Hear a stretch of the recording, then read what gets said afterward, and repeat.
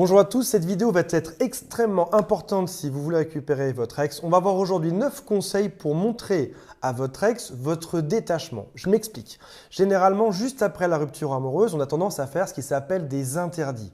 On supplie, on offre des cadeaux, on promet que ça va changer, on espère juste que l'autre va revenir et du coup, pendant cette phase-là dans laquelle on cumule les interdits, on montre beaucoup trop à notre ex qu'on est amoureux. On arrive dans une situation qui est bizarre, notre ex veut partir, nous on lui montre à fond qu'on veut se remettre ensemble et chaque pas qu'on fait en avant lui fait faire 2 pas en arrière. Donc on l'appelle tout le temps, on l'insiste pour le voir et on réalise au bout d'un moment que ça ne fonctionne juste pas.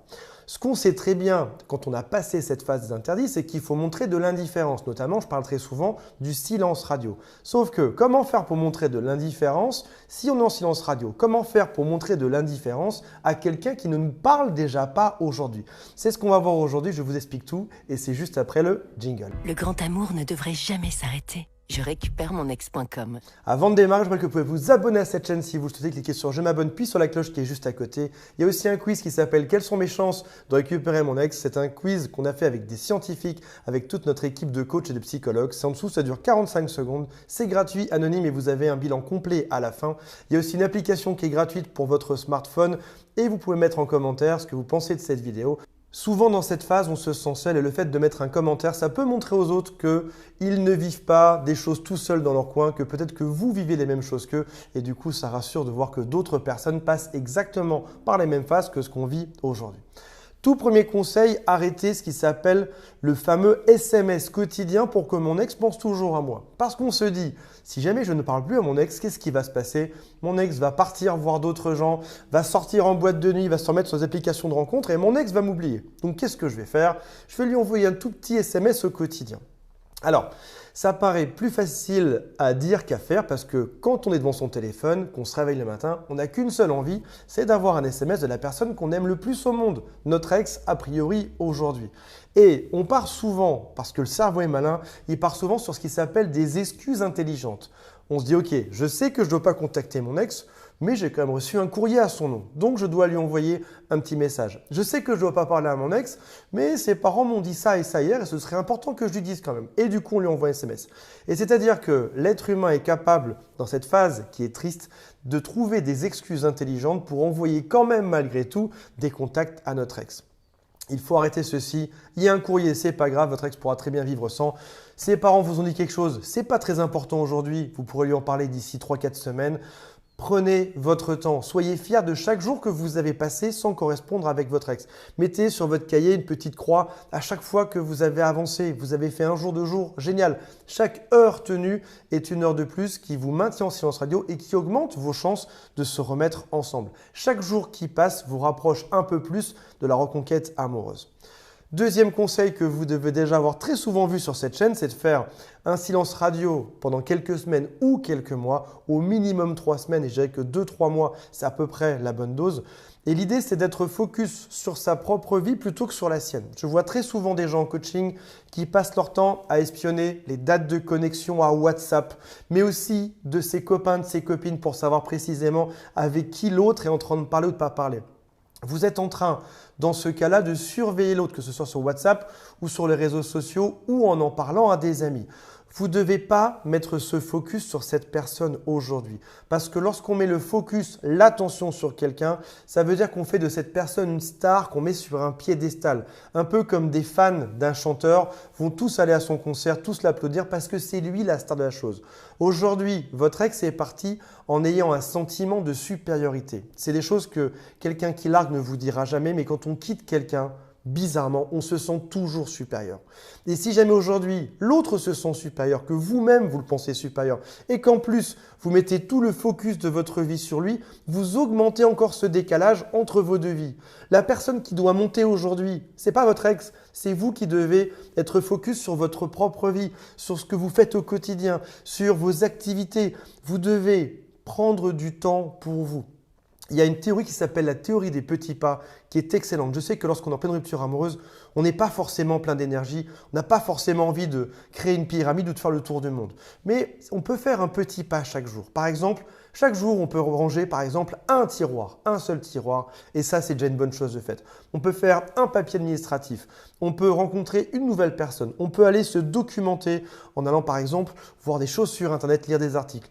On peut prendre soin de son look, aller acheter un short, un t-shirt, une robe. C'est une chose qu'on a fait et chaque jour, vous devez vous demander quelle est la petite chose que je peux faire aujourd'hui pour être focus sur moi et un peu moins sur l'autre. Si vous avez un doute, allez voir sur Internet, vous allez voir qu'il y a des tonnes de listes pour prendre soin de soi. On peut cuisiner, on peut prendre soin de son look.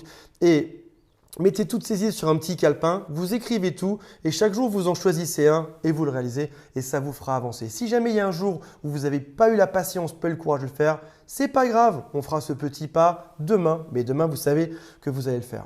Troisième chose qui est extrêmement importante, qui a été prouvée par plein d'études psychologiques, c'est la mise en place de routines. Une personne qui se sent perdue, qui se sent pas bien dans sa vie, qui a l'impression de devenir dingue dans ses ruminations pour quelqu'un d'autre, pour quelque chose d'autre, devrait mettre en place des routines pour calmer tout son intérieur, toutes ses émotions. Les routines, c'est quelque chose d'extrêmement fort et toutes les études le montrent. Ça va faire avancer votre vie, ça va vous faire progresser dans votre vie également. Ça va aussi libérer votre cerveau, ça va vous faire optimiser votre temps.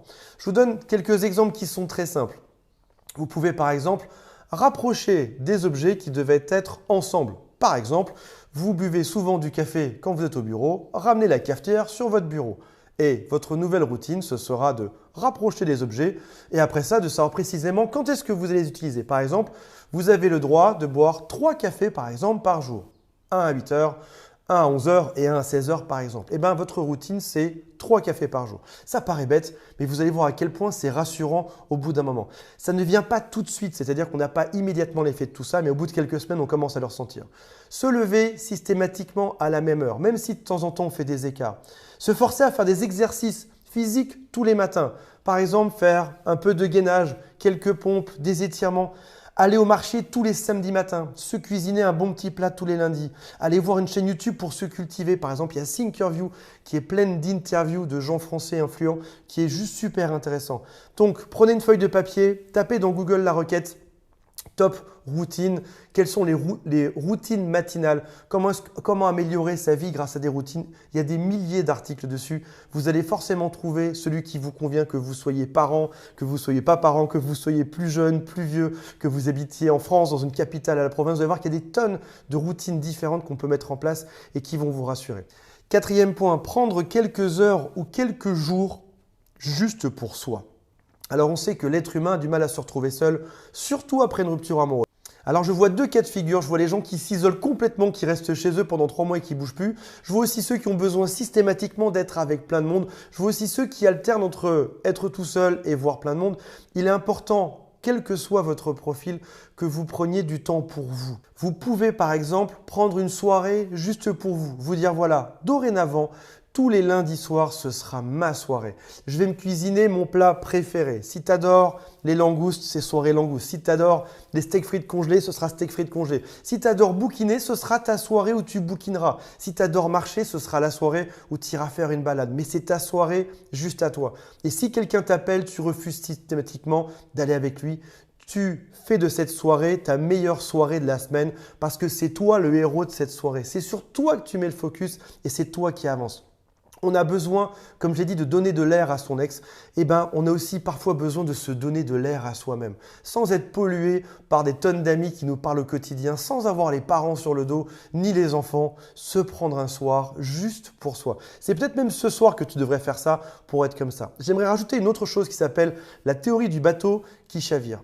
Il y a beaucoup d'études qui parlent de stress post-traumatique. Par exemple, une personne va faire la guerre et quand elle revient, elle peut de temps en temps avoir comme des espèces de flashbacks qui lui reviennent et revivre des choses désagréables. Et bizarrement, on peut aussi vivre ce genre de stress post-traumatique suite à une rupture amoureuse. Tout d'un coup, on revit complètement des situations. On se rejoue même les dialogues qui se sont passés. On ressent même les émotions, que ce soit de la haine, de l'amour, de l'énervement, de la frustration. On ressent tout pendant quelques secondes et ça part juste après.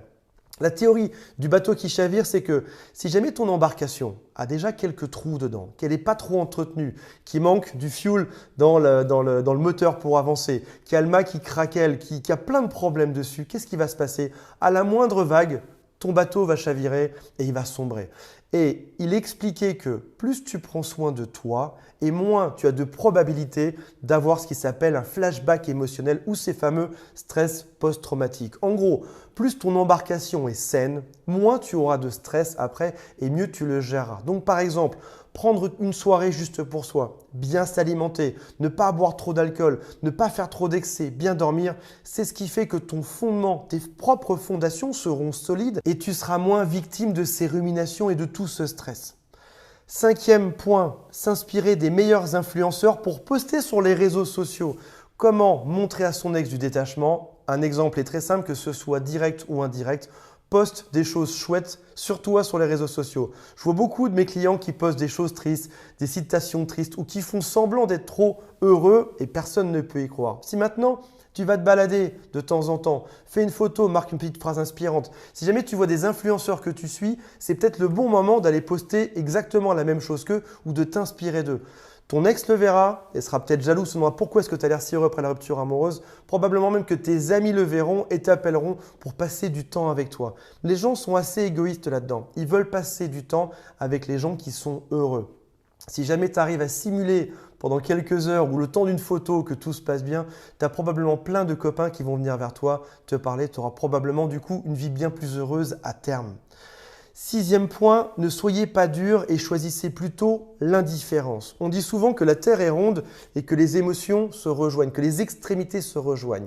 Amour et haine ne sont pas très loin. Avant d'envoyer un message qui est dur, qui est méchant, qui est haineux vis-à-vis de ton ex, demande-toi plusieurs choses. Premièrement, est-ce que je serai vraiment fier de moi dans 10 ans si je relis ce message ou pas? Si jamais tu as un doute, deuxièmement, prends ton temps, ne l'envoie pas tout de suite, laisse-le en brouillon et ne l'envoie pas. Troisièmement, dis-toi bien que chaque message de haine fera penser à ton ex qu'il a eu raison de te quitter. Donc, on est plutôt sur un message qui est indifférent. Et dans le doute, on n'envoie absolument rien. Sur Terre, on cherche un couple avec des gens qui sont équilibrés, qui sont sains, qui sont stables, qui savent maîtriser leurs émotions. Et c'est ça que tu dois être aujourd'hui. 7e point, si tu as besoin d'un conseil extérieur, d'une personne qui n'ira pas en parler à ton ex juste après, je te rappelle qu'il y a des conseillers de mon équipe juste en dessous. Tu cliques dessus, tu prends rendez-vous, tu as rendez-vous sous un jour ou deux en général. Ils te rappellent, vous faites le point sur votre situation.